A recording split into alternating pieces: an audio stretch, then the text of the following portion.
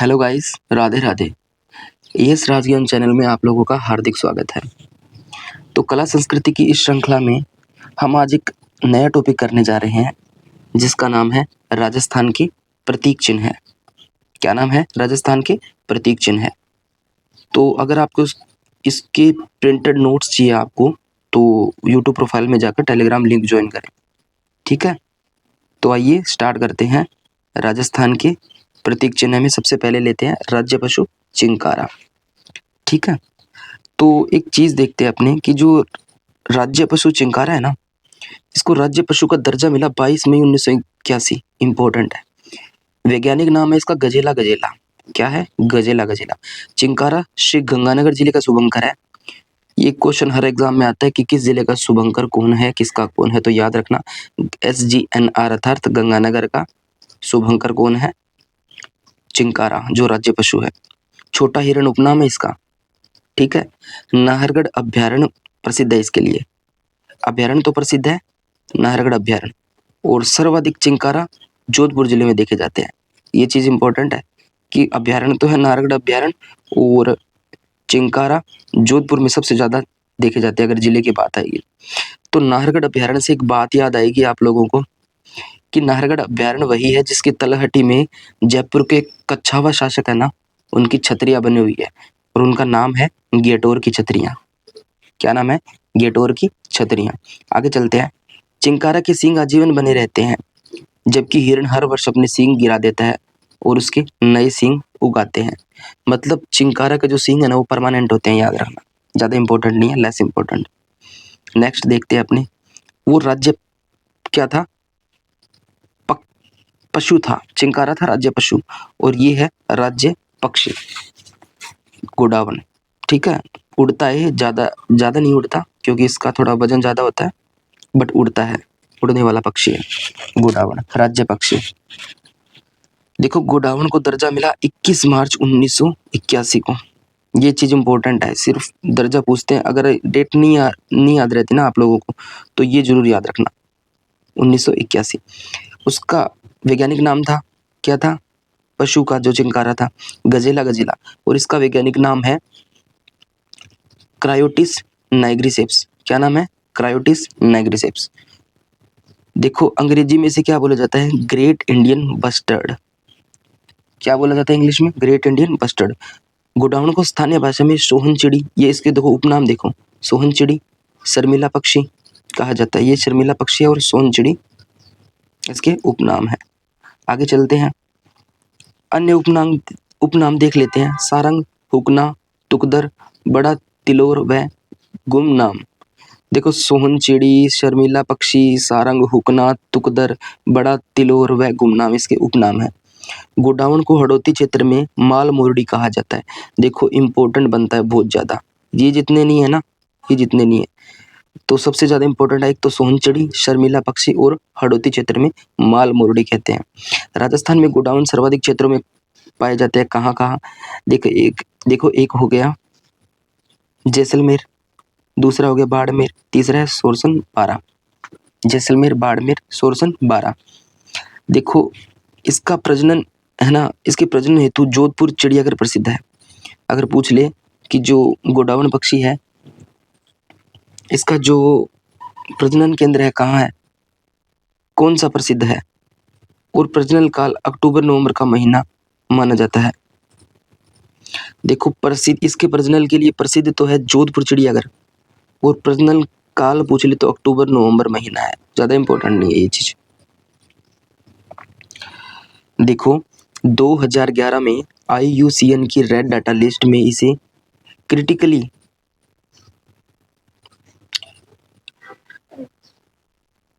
देखो नहीं सुनो 2011 की IUCN की रेड डाटा लिस्ट में इसे क्रिटिकली अनडेंजर्ड माना गया है। जैसे संकटग्रस्त प्रजाति, मतलब ये विलुप्ति की कगार पर है।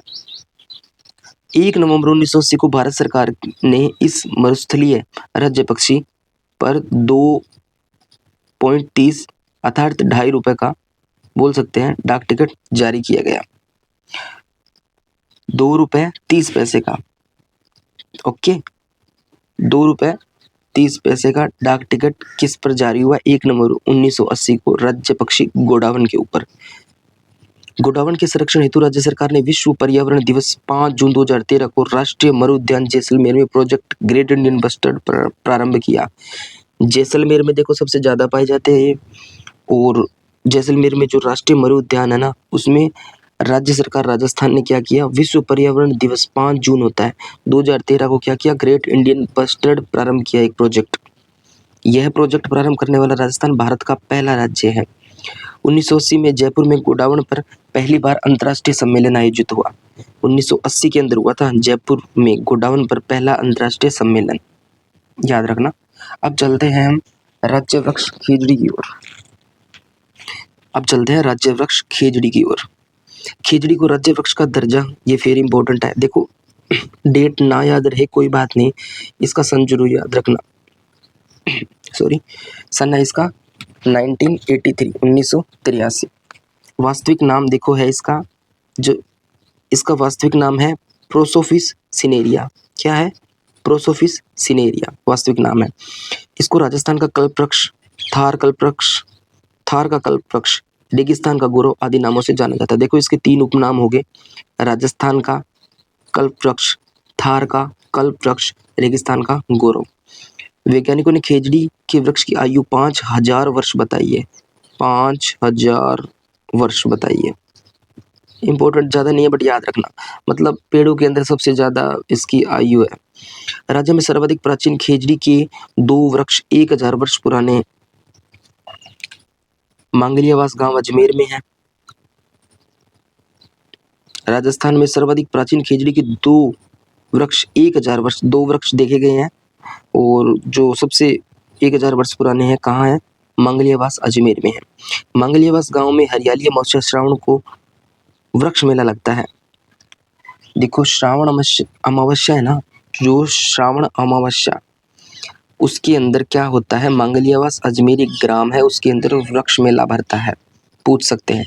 5 जून 1988 को विश्व पर्यावरण दिवस के अवसर पर खेजड़ी वृक्ष पर 60 पैसे का डाक टिकट जारी किया गया था। देखो एक तो राज्य पक्षी गोडावण पर डाक टिकट जारी हुआ 2 रुपये 30 पैसे का, और अब 60 पैसे का डाक टिकट जारी हुआ खेजड़ी वृक्ष पर। कब हुआ? 1988 को। ठीक है, विश्व पर्यावरण दिवस के अवसर पर 5 जून को आता है। ओके, खेजड़ी वृक्ष को सेलेस्ट्रिया व प्लाइकोस्टोमा नामक कीड़े नुकसान पहुंचाते हैं। इंपॉर्टेंट क्वेश्चन बन सकता है कि कौन से कीड़े हैं जो खेजड़ी वृक्ष को नुकसान पहुंचाते हैं, तो एक हो जाएगा सेलेस्ट्रिया, एक हो जाएगा प्लाइकोस्टोमा, 2 हो जाएगा। ठीक है, ऑपरेशन खेजड़ी नामक अभियान 1991 में चलाया गया। कब चलाया गया ऑपरेशन खेजड़ी अभियान? 1991 में। वन्य जीवों की रक्षा के लिए राज्य में सर्वप्रथम बलिदान 1604 में जोधपुर के खेजड़ली गांव में किया गया। वन्य जीवों की रक्षा के लिए अगर राजस्थान में सर्वप्रथम बलिदान पूछेंगे ना, तो 1604 में जोधपुर के खेजड़ली गांव में किया गया, ग्राम में। और वन्य जीवों की रक्षा के लिए राज्य में दूसरा बलिदान, पहला तो किया गया 1604 में और दूसरा किया गया 1700 में नागौर के मेड़ता परगना के खेजड़ली गांव में बिश्नोई समाज के द्वारा किया गया। ठीक है, पहला तो हुआ 1604 में बलिदान वन्य जीवों की रक्षा के लिए, दूसरा वन्य जीवों की रक्षा के लिए बलिदान हुआ 1700 में नागौर के मेड़ता परगना के खेजड़ली ग्राम में बिश्नोई समाज द्वारा। ये बिश्नोई जी है, बिश्नोई समाज द्वारा किया गया।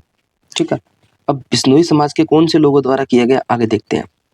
अमृता देवी बिश्नोई ने 1730 में 363, जिस टोटल संख्या है उसमें से है 69 महिलाएं और 294 पुरुष लोगों के साथ जोधपुर के खेजड़ली गांव जो पड़ता है मेड़ता नागौर में वृक्षों की रक्षा हेतु बलिदान दिया। ये याद रखना है बस, ये कब दिया बलिदान? 1730 में 363 पुरुष प्लस महिलाओं के साथ खेजड़ली ग्राम मेड़ता नागौर में वृक्षों की रक्षा हेतु बलिदान दिया।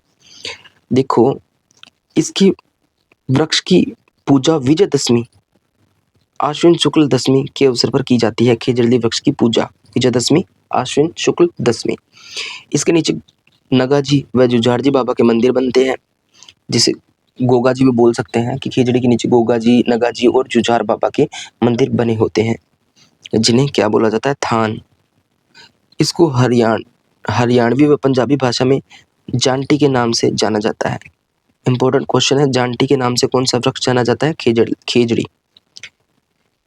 इसकी तमिल भाषा में पेरुमर नाम से जाना जाता है। तमिल भाषा में पूछ लेंगे कौन से नाम से जाना जाता है, तो वो हो जाएगा पेरुमर। इसकी कन्नड़ भाषा में बाना बानी के नाम से जाना जाता है। बाना बानी कन्नड़ भाषा में, पेरुमर तमिल भाषा में और जांटी हरियाणवी व पंजाबी भाषा में। इसकी सिंधी भाषा में छोकड़ा के नाम से जाना जाता है। देखो दोबारा देखते हैं, छोकड़ा के नाम से सिंधी भाषा में। इसको बंगाली भाषा में खिजड़ी कहा जाता है और बिश्नोई संप्रदाय में समी के नाम से जाना जाता है, समी वृक्ष। स्थानीय भाषा में सिमलो कहा जाता है। अब देखो कितने उपनाम हो गए, 1 2 3 4 5 6 7। देखो स्थानीय भाषा में सिमलो, बिश्नोई संप्रदाय में इसे शमी वृक्ष, बंगाली भाषा में खेजड़ी, सिंधी भाषा में छोकड़ा और कन्नड़ भाषा में बाना बनी और तमिल भाषा में पेरुमर और हरियाणवी पंजाबी भाषा में जांटी। इंपॉर्टेंट नाम है। इसकी हरी फलियां सांगरी कहलाती है। हरी फलियां, फल गर्मी में लगते हैं इसके। इसके फूल मीठे कहलाते हैं। इसके फूल मीठे कहलाते हैं या मीठे होते हैं, कुछ भी कह सकते हैं। और इसकी सूखी फलियां खोड़िया कहलाती है। खोड़िया या खोखा, इसे खोखा भी बोल सकते हैं, खोड़िया या खोखा। जो इसके फूल लगते हैं उनसे उसके बाद में फलियां लगती हैं, जिन्हें खोड़िया या खोखा कहते हैं। इसकी पत्तियों से बना चारा लूम या लूमन कहलाता है। लूम या लूमन कहलाता है। ज़्यादा लूम फेमस है, लूमन तो इतना नहीं सुना। लूम फेमस है, लूमड़ा या लूम। पत्तियों से बना चारा जिसे बकरी आदि खाती है। भाद्रपद शुक्ल दशमी को विश्व का एकमात्र वृक्ष मेला खेजड़ली गांव में लगता है। भाद्रपद शुक्ल दशमी को विश्व का एकमात्र वृक्ष मेला कहाँ लगता है? खेजड़ली गांव मेड़ता नागौर में। ये वही है 1730 में अमृता देवी इसमें शहीद हुई थी। 363 अर्थात 363 महिलाओं प्लस पुरुषों के साथ उसी के उपलक्ष्य में मनाया जाता है। खेजड़ली दिवस प्रति वर्ष 12 सितंबर को मनाया जाता है। याद रखना बहुत इंपॉर्टेंट है, 12 सितंबर को खेजड़ी दिवस मनाया जाता है। खेजड़ी दिवस। वन्य जीवों के संरक्षण के लिए दिए जाने वाला सर्वोच्च पुरस्कार कौन सा है? यह है अमृता देवी वन्य जीव पुरस्कार। देख लो, उसने 1730 में बलिदान दिया था और उसी के नाम पे क्या हो गया? अमृता देवी वन्य जीव पुरस्कार लॉन्च कर दिया गया। ठीक है, शुरुआत कब हुई? इस पुरस्कार को देने की शुरुआत हुई थी 1994 में। कब हुई? 1994 में। और प्रथम पुरस्कार किसे दिया गया? अमृता देवी वन्य जीव पुरस्कार सर्वप्रथम किसे दिया गया? ये दिया गया गंगाराम बिश्नोई जोधपुर को। किसको दिया गया? गंगाराम बिश्नोई जोधपुर को। अब आगे चलते हैं। नेक्स्ट है राज्य पुष्प रोहिड़ा। ये है फूल। क्या है? फूल। राज्य पुष्प रोहिड़ा क्या है? एक फूल है। रोहिड़ा को राज्य पुष्प का दर्जा 31 अक्टूबर 1983। देखो इसको यही याद रखना है, 1983। ठीक है। इसका वनस्पति का नाम है टेकोमेला अंडुलेटा। क्या है? टेकोमेटा अंडुलेटा। टेकोमेला अंडुलेटा, टेकोमेला अंडुलेटा, बस यही याद रखना। इसका राजस्थान का सांगवन तथा मरुशोभा कहा जाता है। इसको है ना, इसको कर लेना। इसको राजस्थान का सागवान तथा मरुशोभा अर्थात मरुस्थल की शोभा बढ़ाते हैं इसके फूल, तो इसे राजस्थान का सांगवान और मरुशोभा कहा जाता है। रोहिड़ा पश्चिमी क्षेत्र में सर्वाधिक देखने को मिलता है, जैसे जैसलमेर, जोधपुर, इधर है ना, ये ज़्यादा देखने को मिलता है पश्चिमी क्षेत्र में, राजस्थान के पश्चिमी क्षेत्र में। इसकी पुष्प मार्च अप्रैल में खिलते हैं, ज़्यादा इंपॉर्टेंट नहीं है। रोहिड़ा की पुष्प का रंग गहरा केसरिया पीला होता है, ये बहुत ज़्यादा इंपॉर्टेंट है। रंग पूछ सकते हैं, पुष्प का रंग गहरा केसरिया पीला होता है। जोधपुर में रोहिड़ा की पुष्प को मारवाड़ टीक कहा जाता है। देखो, जोधपुर के अंदर रोहिड़ा के जो पुष्प होते हैं ना, केसरिया गहरे पीले रंग के, उन्हें मारवाड़ टीक कहा जाता है। कहाँ? जोधपुर में मारवाड़ टीक किसे? रोहिड़ा के पुष्प को कहा जाता है। इंपॉर्टेंट है। इसको जरविला नामक रेगिस्तान चूहा नुकसान पहुंचा रहा है। देखो, जो रोहिड़ा पुष्प है ना, अगर उसको नुकसान की बात करें तो कौन पहुंचा रहा है? एक चूहा है, एक उसकी नस्ल है जरविला नामक रेगिस्तान चूहा, जो बिल बनाकर और रेगिस्तान में बिल बनाकर और जो राज्य पुष्प रोहिड़ा है ना, उसको क्या नुकसान पहुंचा रहा है। अब चलते हैं नेक्स्ट, राज्य पालतू पशु ऊंट, ऊंट की ओर, जिसे इंग्लिश में कैमल कहते हैं। अब ऊंट भी राजकीय पशु 30 जून 2014 को बीकानेर में हुई कैबिनेट बैठक में ऊंट को राज्य पशु घोषित किया गया। 30 जून 2014 को, याद रखना, 30 जून 2014 को बीकानेर में कैबिनेट बैठक हुई, उसमें राज्य पशु घोषित किया गया ऊंट। ऊंट को राज्य पशु का दर्जा 19 सितंबर 2014 में दिया गया। देखो, घोषणा तो हुई 30 जून 2014 को और पशु का दर्जा मिल गया 19 सितंबर 2014 को। दोनों 2014 के अंदर ही है। पहले घोषणा हुई 30 जून और उसके बाद में थोड़े टाइम बाद में 19 सितंबर 2014 को इसको राज्य पशु का दर्जा मिल गया। ऊंट को स्थानीय भाषा में रेगिस्तान का जहाज पता है आप लोगों को, मरुस्थल का जहाज पता है। ऊंट की संख्या की दृष्टि से राजस्थान का भारत में एकाधिकार है। सबसे ज़्यादा अगर राज्यों की बात करें तो राजस्थान 1 नंबर पर है ऊंटों की संख्या के मामले में, और भारत में इसका एकाधिकार है। राज्य में सर्वाधिक ऊंटों वाला जिला जैसलमेर है और सबसे कम ऊंटों वाला जिला कहाँ है? यह है प्रतापगढ़। याद रखना, सबसे ज़्यादा ऊंट मिलते हैं जैसलमेर में और सबसे कम ऊंट मिलते हैं प्रतापगढ़ में। राज्य में ऊंट अनुसंधान केंद्र इंपॉर्टेंट है जोहड़बीड़ या जोधबीड़। देखो, ये जोधबीड़ लिखा है, ये कई जगह जोहड़बीड़ भी दिखाई देता है। जोहड़बीड़ या जोधबीड़ बीकानेर में स्थित है ऊंट अनुसंधान केंद्र। कैमल मिल्क डेयरी बीकानेर में स्थित है। कैमल मिल्क डेयरी बीकानेर में स्थित है।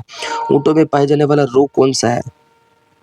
देखो, एक तो है, देखो ये सर्फ है ना, ये कई जगह सर्रा रोग भी देखने को मिलता है। क्या? सर्रा। देखो ऐसे लिखा जाएगा, सर्रा, और कई जगह सर्फ भी देखने को मिलता है। तो एक तो हो गया सर्रा या सर्फ रोग और एक हो गया तिवर्ष। तिवर्ष भी ऊंटों का रोग है जो उनमें देखने को पाया जाता है। एक तो सर्रा या सर्फ और दूसरा तिवर्ष, ये 2 रोग देखने को मिलते हैं। ऊंटों का पालन पोषण करने वाली जाति राइका या रेबारी कहलाती है और ऊंट पालक जाति भी है राइका रेबारी। और ऊंटों के आराध्य देव है पाबूजी। ऊंटों के आराध्य पाबूजी, जिन्हें लक्ष्मण का अवतार माना जाता है। किसे?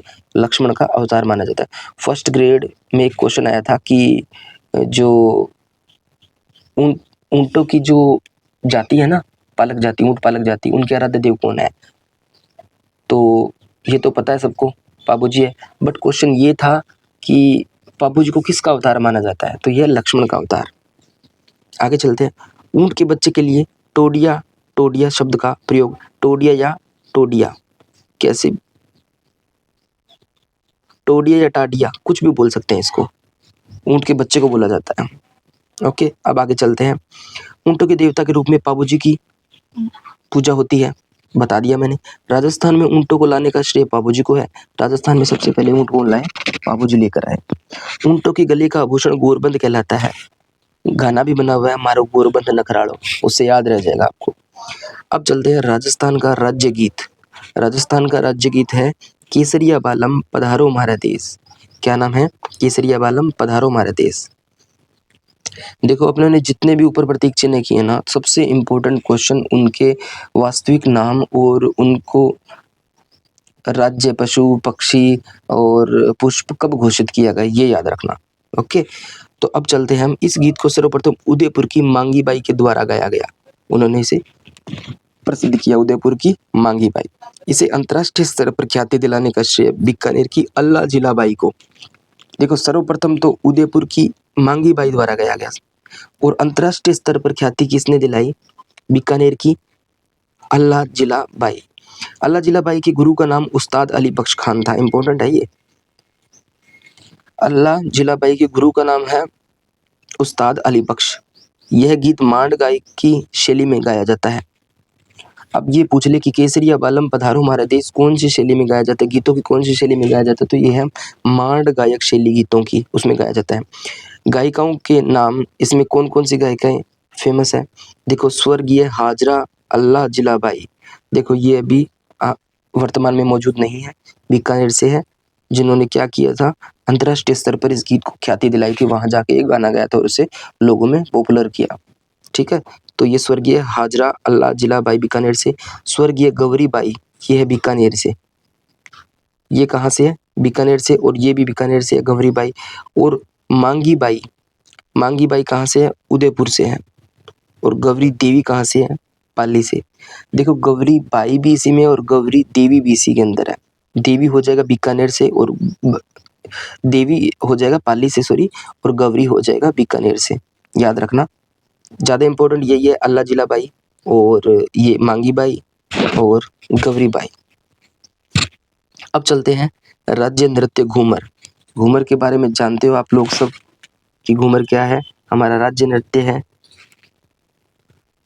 घूमर को राज्य की आत्मा के उपनाम हो गया, राज्य की आत्मा। ठीक है, घूमर नृत्य की उत्पत्ति मूल मध्य प्रदेश के खेर नृत्य से हुई है। कहाँ से उत्पत्ति हुई है? मूल इसके मध्य प्रदेश के खेर नृत्य है ना, उससे घूमर की उत्पत्ति हुई है। इंपॉर्टेंट है। ठीक है, घूमर नृत्य मांगलिक अवसरों, तीज त्योहारों पर आयोजित किया जाता है। घूमर के 3 रूप हैं। देखो, घूमर के कितने रूप हैं? घूमर के 3 रूप हैं। एक तो है झूमरिया, एक है लूर, एक है घूमर। झूमरिया क्या है? बालिकाओं द्वारा किया जाने वाला नृत्य है। घूमर में जो बालिकाओं द्वारा नृत्य किया जाता है उसे झूमरिया कहते हैं। लूर क्या है? ग्रास्य जनजाति की स्त्रियों द्वारा किया जाने वाला नृत्य क्या है? वो लूर है। जो ग्रास्य महिलाएं हैं ना, वो जो नृत्य करती है उसे क्या बोलते हैं? वो घूमर की तरह होता है, उसे लूर कहते हैं। और जो घूमर है ना, घूमर, इसमें सभी स्त्रियां भाग लेती है। इसमें सभी स्त्रियां भाग लेती है। देखो, घूमर के 3 रूप बताए हैं, झुमरिया, लूर और घूमर। इनमें लगभग सेम सी प्रक्रिया होती है, थोड़ी बहुत कोई अंतर होता है और सेम सी प्रक्रिया होती है। तब बताया कि घूमर के 3 रूप होते हैं। एक घूमर है, इसमें सभी स्त्रियां भाग लेती है। ग्रास्य जनजाति की स्त्रियों द्वारा किया जाने वाला नृत्य लूर है और झुमरिया बालिकाओं द्वारा किया जाने वाला नृत्य है। अब देखते हैं राज्य खेल। राज्य खेल बास्केटबॉल। राज्य खेल का दर्जा मिला 1948 में। याद रखना, इंपॉर्टेंट क्वेश्चन। बास्केटबॉल में कुल खिलाड़ियों की संख्या 5 होती है। बास्केटबॉल अकादमी है जैसलमेर में। कहाँ है राजस्थान की बास्केटबॉल अकादमी? जैसलमेर में। महिला बास्केटबॉल अकादमी कहाँ है? जयपुर में। इंपॉर्टेंट, ज़्यादा इंपॉर्टेंट यही है। और सेकंड पर ये बनता है कि बास्केटबॉल अकादमी जैसलमेर में है। आगे चले, राज्य मिठाई घेवर। घेवर डिस्क के आकार का राजस्थान की प्रसिद्ध मिठाई है। बहुत बहुत डिलीशियस मिठाई होती है ये, कभी टेस्ट करके देखना आप लोग। डिस्क के आकार की होती है यह मिठाई, यहाँ कई वर्षों से प्रसिद्ध है और अधिकतर त्योहारों जैसे मकर संक्रांति, गणगौर, तीज और रक्षाबंधन के दौरान अधिक मांग होती है इसकी। जयपुर का तीज उत्सव घेवर के बिना अधूरा माना जाता है। जयपुर का तीज फेमस है, याद रखना, जयपुर का तीज फेमस है और घेवर के बिना अधूरा माना जाता है। सिंजारा क्या है? सिंजारा एक टर्म है, क्या चीज़ है? तीज और गणगौर पर कुंवारी कन्याओं जिनकी सगाई हो गई है या नव विवाहित स्त्रियों के ससुराल पक्ष के रूप में कपड़े, गहने व श्रृंगार का सामान तथा यह प्रसिद्ध मिठाई घेवर उपहार में दी जाती है, इसे ही सिंजारा कहते हैं। इंपॉर्टेंट है, सिंजारा क्या है, याद रखना। अब चलते हैं राज्य वाद्य यंत्र अलगोजा। राज्य वाद्य यंत्र अलगोजा। अलगोजा क्या है? फूंक मारकर बजाए जाने वाले वाद्य यंत्र है। ठीक है, यह बांस से बनी 2 बांसुरी का एक जोड़ा होता है। 2 बांसुरी अटैच होती है आपस में, जो दिखने में एक जैसी होती है पर थोड़ी अलग होती है। इनमें एक बांसुरी लंबी होती है जिसे नर मेल और दूसरी छोटी होती है जिसे नारी फीमेल बांसुरी कहते हैं। यह वाद्य यंत्र मुख्य रूप से राजस्थान के मीणा, भील और मेव द्वारा इस्तेमाल करते हैं।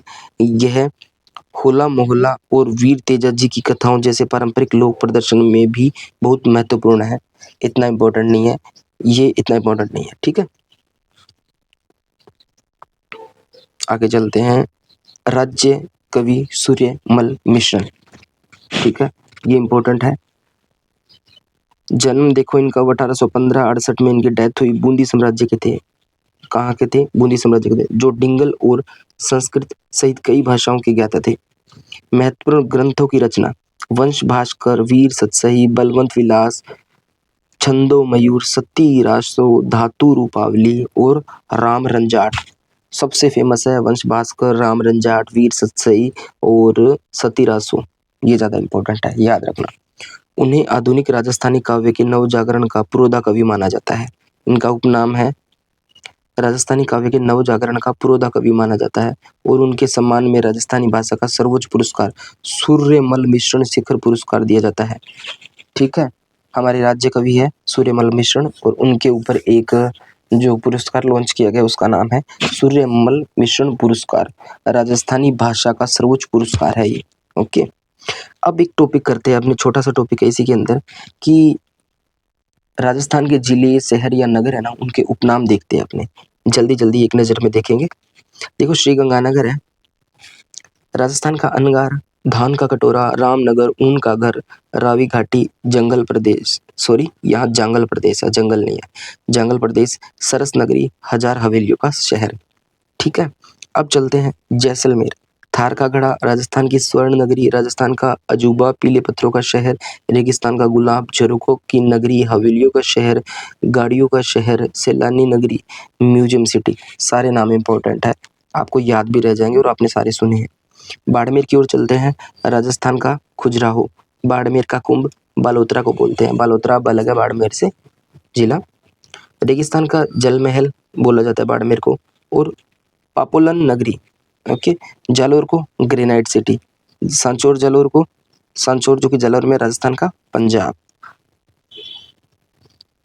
राजस्थान का पंजाब।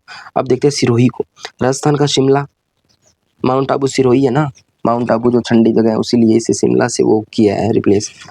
राजस्थान का शिमला, राजस्थान का ब्रंजांचल, रणकपुर पाली, हजार खंभों का नगर, इसमें बहुत सारे खंभे हैं, बहुत सारे खंभों पर बहुत सारी इमारतें बनी हुई है, तो इसे हजार खंभों का नगर कहते हैं। जोधपुर, राजस्थान की ब्लू सिटी, सूर्य नगरी, राजस्थान की न्यायिक राजधानी, मरुस्थल का प्रवेश द्वार, नीली नगरी, हैंडीक्राफ्ट सिटी। ओके, जसवंत थड़ा, ये जोधपुर के अंदर है, राजस्थान का ताजमहल कहा जाता है।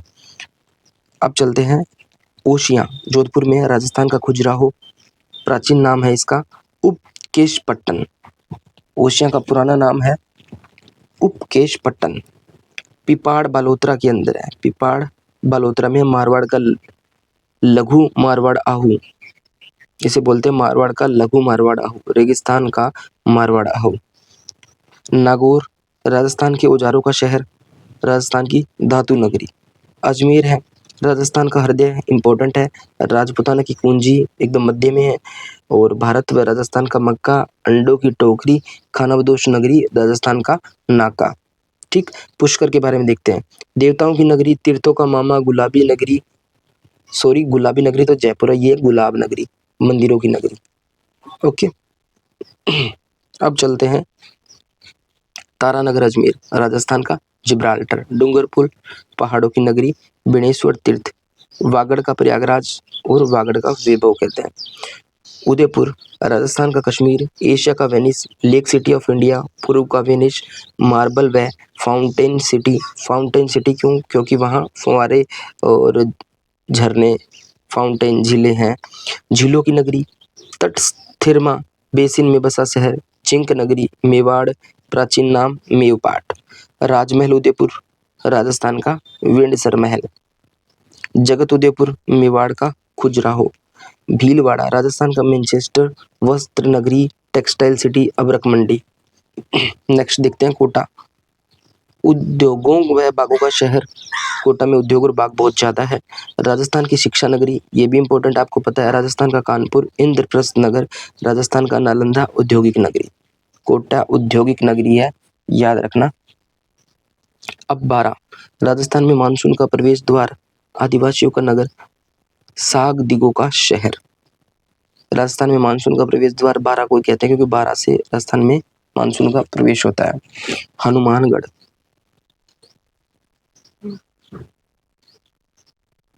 देखो ये मिसप्रिंट है, इसको यहाँ से छोड़ो, हनुमानगढ़ बांसवाड़ा में नहीं है, इसे यहाँ से छोड़ो, ठीक है।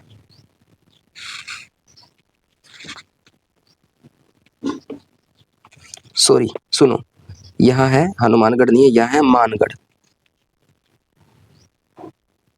यहाँ कर लो मानगढ़, क्या कर लोगे, मानगढ़। मानगढ़ कहाँ है? बांसवाड़ा में, राजस्थान का जलियांवाला बाग। ओके, बूंदी, सिंधु घाटी सभ्यता का प्रतीक, क्या है बूंदी? सिंधु घाटी सभ्यता का प्रतीक। टोंक बावड़ियों का शहर, पता है आपको बावड़ियों का शहर टोंक है। राजस्थान की काशी और नवाबों का शहर। रेड है प्राचीन भारत का टाटा नगर। 12 है लवकुश की नगरी वराह नगरी। सीताबाड़ी 12 क्या है? हड़ौती का खजुराहो, लकड़ी की पहाड़ियां, हरियाली जनजातियों की भूमि, राजस्थान का मिनी खजुराहो, हरियाणा जनजाति का कुंभ। चित्तौड़गढ़ किलों एवं महलों का वैभव, भक्ति व शक्ति की नगरी, राजस्थान की सीमेंट नगरी, राजस्थान का गौरव। रावत भाटा चित्तौड़ राजस्थान की अणु नगरी। मावली चित्तौड़ राजस्थान का हरिद्वार। विजय स्तंभ चित्तौड़ भारतीय मूर्तिकला का विश्वकोश। भरतपुर है राजस्थान का प्रवेश द्वार। और अलवर है राजस्थान का स्कॉटलैंड। सिंहद्वार पूर्वी राजस्थान का कश्मीर। भिवाड़ी है राजस्थान का नवीन मैनचेस्टर। भिवाड़ी है ये, तिजारा में है। खुशखेड़ा तिजारा ये है राजस्थान का नवीन मैनचेस्टर भिवाड़ी है, ठीक है। औद्योगिक नगरी है कोटा, याद रखना। जयपुर पूर्व का पेरिस, राजस्थान की पन्ना नगरी, आइलैंड ऑफ ग्लोरी, रंगों का द्वीप, भारत का पेरिस, छोटी काशी, रत्न नगरी, गुलाबी नगरी। चाकसी जयपुर को बोलते हैं चंपावती, प्राचीन नाम था जयपुर चाकसू जयपुर, और चंपावती था चाकसू जयपुर का नाम, प्राचीन नाम चाकसू जयपुर का। Okay. Galta ji Jaipur, monkey valley, sambar Jaipur, Rajasthan की साल्ट नगरी, मंडकंड धौलपुर है तीर्थों का मामा।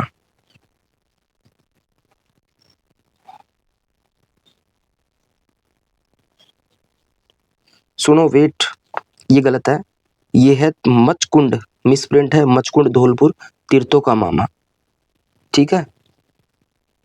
मचकुंड धौलपुर क्या है? तीर्थों का मामा। डीग जल महलों की नगरी।